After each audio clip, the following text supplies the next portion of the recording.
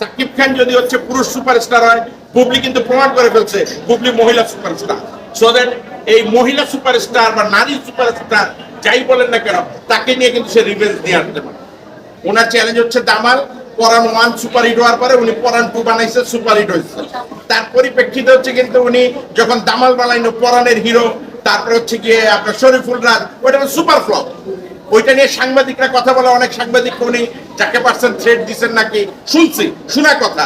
আবার অনেককে বলছেন বন্ধু তুমি এটা কেন করলা, তো ওইটা তো ফ্লপ। তা আপনার কথা তো পুরাই রং কথা। উনি যদি নতুনদের নিয়ে সুপারহিট করতে পারতেন, দামাল করতে উনি দামাল তো ওনার সুপারহিট হয় নাই। শাওন ভাই সামনে শাওন ভাই একটা জিনিস, যে ইকবাল ভাই কথা বললে আসলে তাদের মধ্যে এত মানে ক্রেজি সৃষ্টি হয় কেন? আসলে হয়েছে কি যে আপনারা জানেন ইকবাল আর সাকিব খানের মধ্যে হচ্ছে গিয়ে একটা কঠিন বন্ধুত্ব ছিল। বড় প্রেম কিন্তু কাছে টানে না, দূরে সরিয়ে দেয়।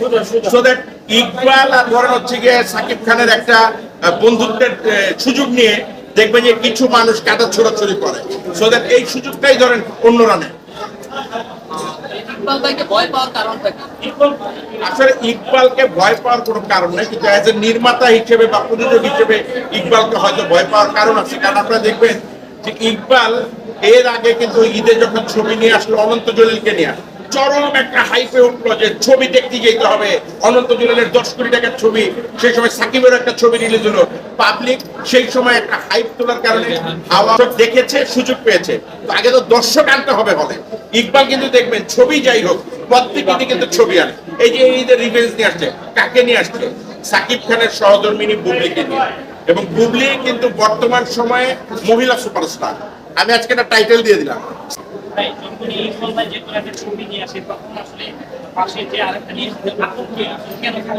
এখন দেখেন ইকবালের কিন্তু আপনারা যাই বলেন না কেন একটা ফ্যান ফলোয়ার তৈরি হচ্ছে। এটা হচ্ছে গিয়ে নিন্দা কইরা হোক, হিংসা কইরা হোক, আর যাই হোক, ইকবাল কিছু করলেই এটা এখন ভাইরাল হয়ে যায়। সো দ্যাট এই যে একটা ফ্যান ফলোয়ার তৈরি হওয়া, নেগেটিভ আর পজিটিভ। সো দ্যাট অনেকেই এখন সাকিবের মতো ইকবালের ভয় পায় যে ইকবাল যদি কিছু কয় এই কথাটা ভাইরাল হয়ে যেতে পারে। আমার মনে হয় যে এছাড়া আর কিছু না। এই যে লাইভ, আরে ভাই আমার না, এই যে ভাই লাইভ বন্ধ করে দেন। কে দিতেছে ভাই? এবং এবার দেখুন বসুন্ধরাতে তার কামিনসুল লেখা ছিল, এটা নিয়ে ভাই আপনি লাইভ ছবি লাইভ বন্ধ যেখানে করে দেন। চলতেছে সেখানে কামিনসুল লেখা ছিল। লাইভটা অফ এটা নিয়ে করেন। আসলে আপনি কি বলবেন? দেখেন আমাদের বাংলা চলচ্চিত্র নিয়ে কিন্তু ষড়যন্ত্র শেষ না। হ্যাঁ, লাইভ বন্ধ করেন। ইন্ডাস্ট্রির সবচেয়ে বড় প্রযোজক বলেন, শুভাকাঙ্ক্ষী বলেন আরশাদ আদনান সাহেব, উনিও ওনার অনেক বক্তব্যে বলেছেন যে আমাদের বাংলা ছবি নিয়ে কিভাবে ষড়যন্ত্র হচ্ছে।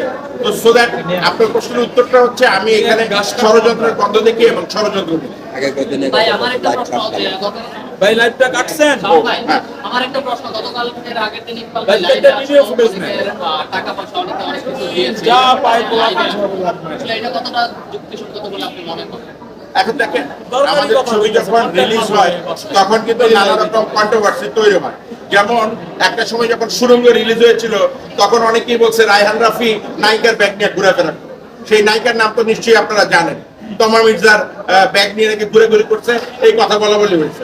এখন যদি ধরেন বলা বলি হয় যে কেউ টাকা দিচ্ছে, কেউ টাকা নিচ্ছে, কে দিচ্ছে নিচ্ছে আমি জানি না, আপনারা বলতেছেন। তা আমার মনে হয় যে এই দেওয়া নেওয়াটা এটা একটা স্বাভাবিক প্রক্রিয়া, এইটা কোনো বিষয় না। কিছু টাকা পয়সা তো দিতেই হবে, মানুষজন না দিলে কি আর মানুষজন প্রশংসা করবে? তার মানে আপনি বলতে চাচ্ছেন কি এটা কি টাকা দিয়ে দিচ্ছে, এটা কি কোনো কিছু? সবকিছুর পিছনে দেখবেন টাকা লাগে। আপনি যখন হচ্ছে গিয়ে কোনো কিছু কিনতে যাবেন, খাইতে যাবেন, দেখতে যাবেন, টাকা লাগবে। এখন দেখতে হবে টাকাটা পজিটিভলি দিচ্ছে কিনা বা নেগেটিভলি দিচ্ছে কিনা। কারণ আমি একটা বাজে জিনিস বাজারে আনলাম আর প্রচার করলাম সেই জিনিস নিয়ে আসছি, খাইলেই তোমার ওই লেগা পেট পাতলা ব্যাকরণে টয়লেটে চলে যাবে, তো লাভ তো নাই দিন শেষে। আপনি যদি টাকা দিয়ে বাজে জিনিসের প্রচার করেন, এটা দিন শেষে পাবলিক বুঝে ফেলবে এটা খাইলে টয়লেটে যেতে হবে, সো দ্যাট এই প্রোডাক্ট খাওয়া যাবে। যে কোনো কিছু আসলেই খালি ইকবালের নামটা আসে কেন? মামুন ভাই আবার ছেড়ে দেন। ইকবালের নাম থেকে, কার নাম ইকবালের নাম যখন কার সাথে মানে সিনেমা পাশাপাশি যে কোনো ব্যাপারে ইকবালের নাম জড়ানো হয়। না, যখনই আপনার যে কোনো ফেস্টিভ্যাল আসে, ফেস্টিভ্যালে ইকবাল ছবি নিয়ে আসলেই ইকবালের নামটা জড়ায়। আর ইকবাল বাংলাদেশ ফিল্ম ক্লাবের নেতা, ইকবাল প্রযোজক সমিতির সাথে সক্রিয়ভাবে জড়িত। ইকবাল একজন এই সময়ের সবচেয়ে রানিং প্রডিউসার আরশাদ আদনানের পরে। তো সো দ্যাট আসতেই পারে একজন রানিং প্রডিউসারের জন্য। মামুন আচ্ছা, আপনি যে যারা ইগো থেকে নিয়ে হিট করে এবং অথবা যে কোনো ছবি আসার সময় তাকে নিয়ে আসলে তাদের শিখে আপনি যেটা বলতে চাচ্ছেন ইয়েলো জার্নালিজম আমাদের দেশে সবসময় ছিল।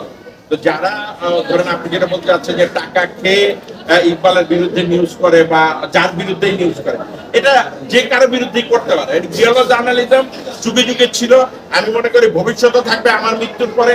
সো দ্যাট ইয়েলো জার্নালিজমটা আমাদের জন্য আসলে সুখকর না, আমি মনে করি এটা বন্ধ হওয়া উচিত।